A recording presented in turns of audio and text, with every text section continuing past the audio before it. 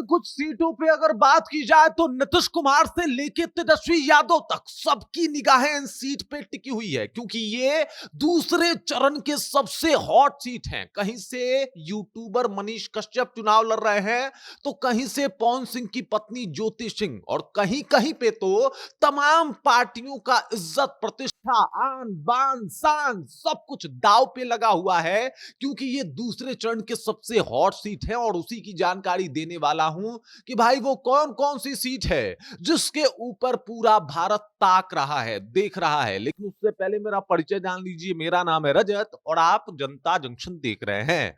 आपको बता दूं कि आज दूसरे चरण का मतदान है और आज 20 जिलों के 122 सीटों के ऊपर मतदान शुरू हो चुका है। मतलब वहां पे मतदान शुरू हो गया है, लेकिन इसी भी चर्चा के केंद्र में है कुछ सीट जिसकी चर्चा हो रही है कि भाई यहां पे क्या हो रहा है। क्योंकि कई जगहों पे मैंने पहले ही कहा कि आन बान शान इन सब का मुकाबला है। सिर्फ इस बार वोट नहीं चाहिए, सिर्फ इन सीटों पे चुनाव जीतना काफी नहीं है, बल्कि कोई अपना सब कुछ लगा बैठा है और यहां से चुनाव जीतना उसके लिए खासा जरूरी है। पहले नंबर पे आता है इमामगंज।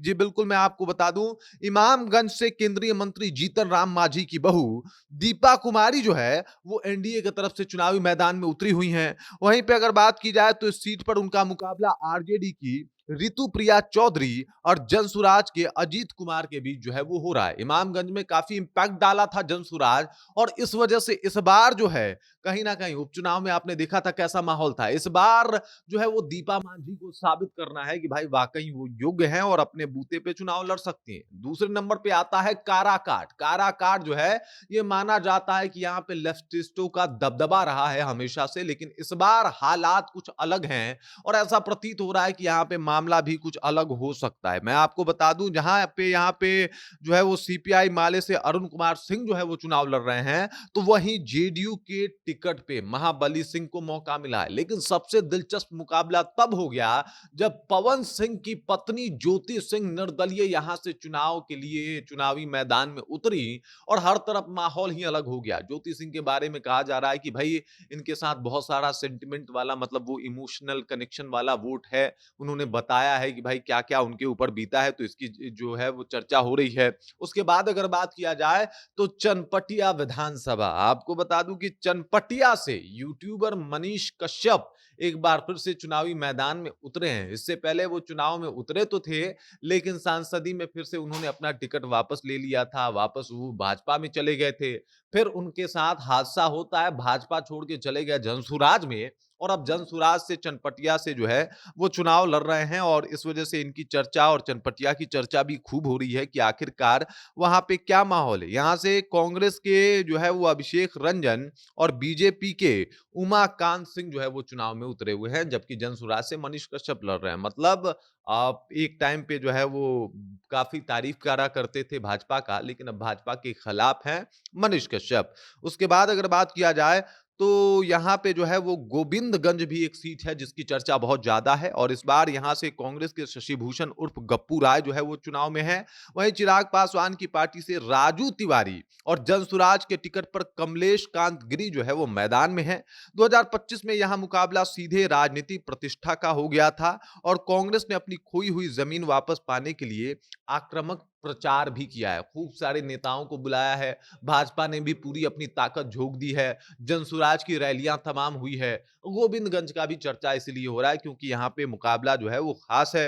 वहीं अगर बात किया जाए तो जोकीहाट एक ऐसा सीट है जहां पे तमाम उम्मीदवार और तमाम पार्टियां ये साबित करने में जुटी हुई है कि मुस्लिम का सबसे बड़ा शुभचिंतक मैं हूं। आपको बता दूं कि आरजेडी से शहनवाज आलम जो है वो चुनाव लड़ रहे हैं, जनसुराज से सरफराज आलम और एआईएम से जो है वो मुर्शीद आलम मैदान में है। और इस सीट पर राजद और एआईएम के बीच में जो है वो कड़ी टक्कर जो है वो देखने को मिल रही है। जेडीयू से जो है वो मंजर आलम उतरे हुए हैं। सोचिए, सभी मुसलमान कैंडिडेट को उतारा गया है और जो भी जोकीहाट जीतेगा वही ये साबित कर पाएगा या फिर बता पाएगा कि भाई मुसलमानों के ऊपर उनका सबसे ज्यादा पकड़ है। उसके बाद की अगर बात की जाए तो रुपौली से बीमा भारती जो है वो आरजेडी के टिकट पे चुनाव लड़ रही हैं। इससे पहले वो पूर्णिया से सांसदी का चुनाव लड़ी थी, लेकिन वो हार गई थी आरजेडी के टिकट पे।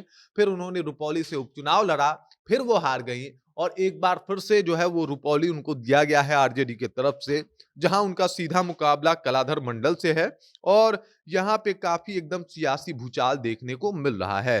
वहीं अगर बात किया जाए तो एक और सीट है धमदाहा।